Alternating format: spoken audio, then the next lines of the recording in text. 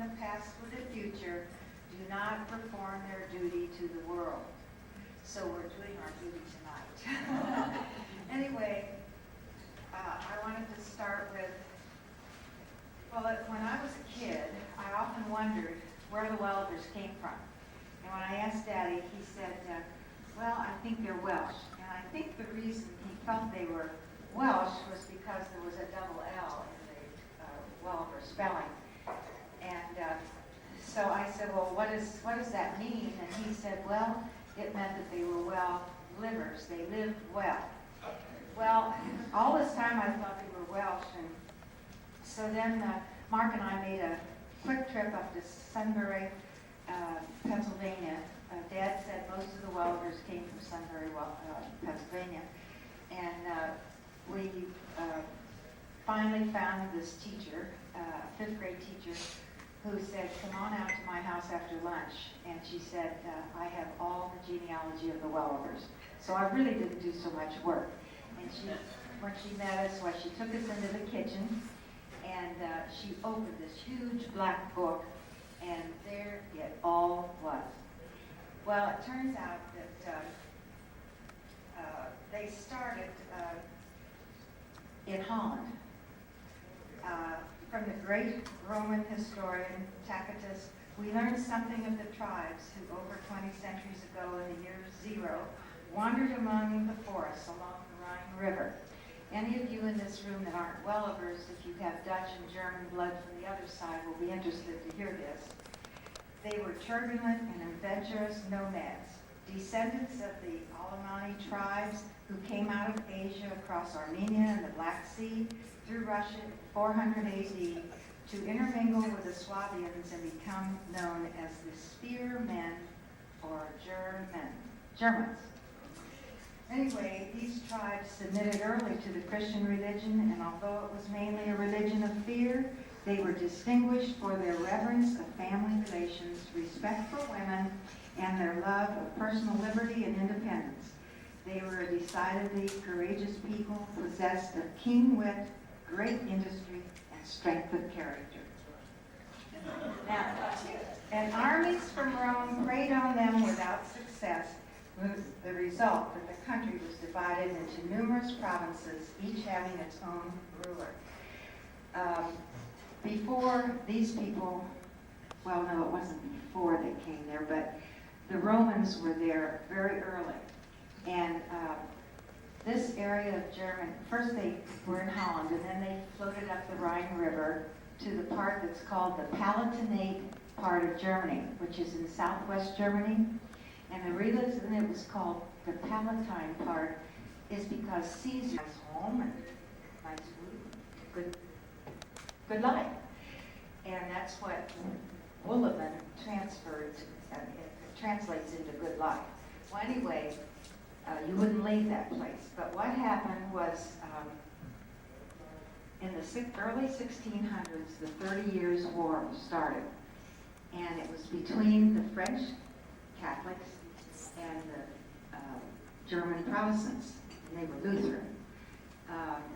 So that's how they started first, and it was terrible. 30 Years' War. That let's see, it was the French King Louis XIV, and he sent army after army over there. Now this was 30 years of this war, and they were just devastated. Their farms were burned by the French. They had a terrible time. And what saved them was that Queen Anne was on the throne in England from 1702 to 1711. And she had lost her German prince husband. And she was very sympathetic to the Palatinate Germans. So she said to them, if you will come to Rotterdam, I will get ships to bring you to London. Well, 32,000 Palatinate Germans left and went to England. There were several waves of them. Our people were on the third wave. Do you remember, Barbara, when I did this? Do you remember her scolding me about that? Well, I don't know who was home by then, but you were, I know, and Marcia. I'm gonna get this one filmed. But anyway, I said to him, well, you never drink anything. And he said, honey, I tried them all. And he said, I got sick on everything. Well, I tell you, I can't hold anything either. I get sick too. In fact, Mark said, I christened every new car he had for a good many years. And it didn't take very much. Yeah, he did. And, well, I wanted to tell you, too, that the bar side was a little more sophisticated than the Welliver side. The Wellivers were farmers way up until Dad's father, Alfred, came into town from the farm in, like, I figure 1875 or so. And the bars were into manufacturing and owned the Erie Iron Works by the 1850s. And Erie was a big city compared to Hamilton, Ohio. And I always felt that Mother, she knew how to entertain, she was gracious, she was lovely, and I felt like Dad didn't come from that background. And generous, yes. I read Huldah Ann Welliver, one of our ancestors, and this man now is like 81 or 2 years old. But he said, when I used to sit at my grandfather's knee, at Colonel Hilton's knee, he would tell me stories about the Civil War.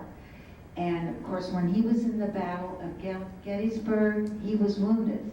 And he was almost left for dead because, well, he didn't look like he was alive. And then he found later that these two fellows brought him in because he was a colonel. And so anyway, at the Battle of Gettysburg, he lost his leg.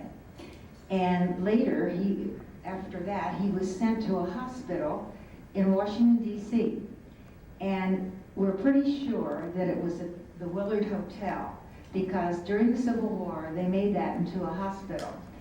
And he said, my grandfather said that President Lincoln would walk down to this hospital every day and talk to the wounded. And he talked to the colonel almost every day that he came. And he said nobody could say a bad word in front of my grandfather about President Lincoln, because he said he was such a fine man. He said he talked to him many times, and he was a prince of a man. And so, Hannah, when you read in your history book that President Lincoln was a wonderful man, he really was, because you know somebody who knew somebody that talked to President Lincoln. Who was Judson? Judson moved out to Missouri, and Judson is a judge out there in the Missouri Supreme Court. And we hook up with him, but I don't know how. There was Judson Welliver, who was the press relations officer for one of the presidents in Washington. I've heard that, but I read that somewhere. But I don't know. And I tell you, somebody else that's a Welliver that's prominent is Neil Welliver, and he's an artist in New York City. And I read an article in my Art and Antiques. They have a lot of articles about artists, and I read about him there. And then one time when Mark and I were coming into Chicago on the plane, I looked up and I said, oh, Mark, there's Welliver. He just signs at Welliver. And then we went to New York City, and I saw that he had a big show, and we went there to meet him, and they said, well, he had gone to England because he was having a big show over there, so he's in the Bucks, and he lives in Maine. He likes to paint landscape.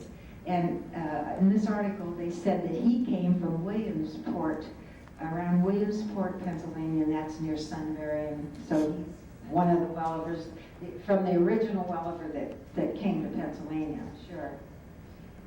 One other thing I wanted to tell you young people, you girls can be a daughter of the American Revolution, and you boys can be a son of the American Revolution, because I belong to the DARs in Baltimore. I enjoyed it because I learned a lot about the history around Baltimore. And my patriot, and your patriot too, would be John Kelly, who fought with General Washington at Ticonderoga terrible winter at Valley Forge. He was 17 years old, and he was noted for his intrepid bravery. And you can do that. And both of those families were quite patriotic, I think, because they came here with nothing. Mother's people came from Northern Ireland, from Antrim County, and I told Mark when we got that lot on Antrim Court, I guess we were meant to get it. And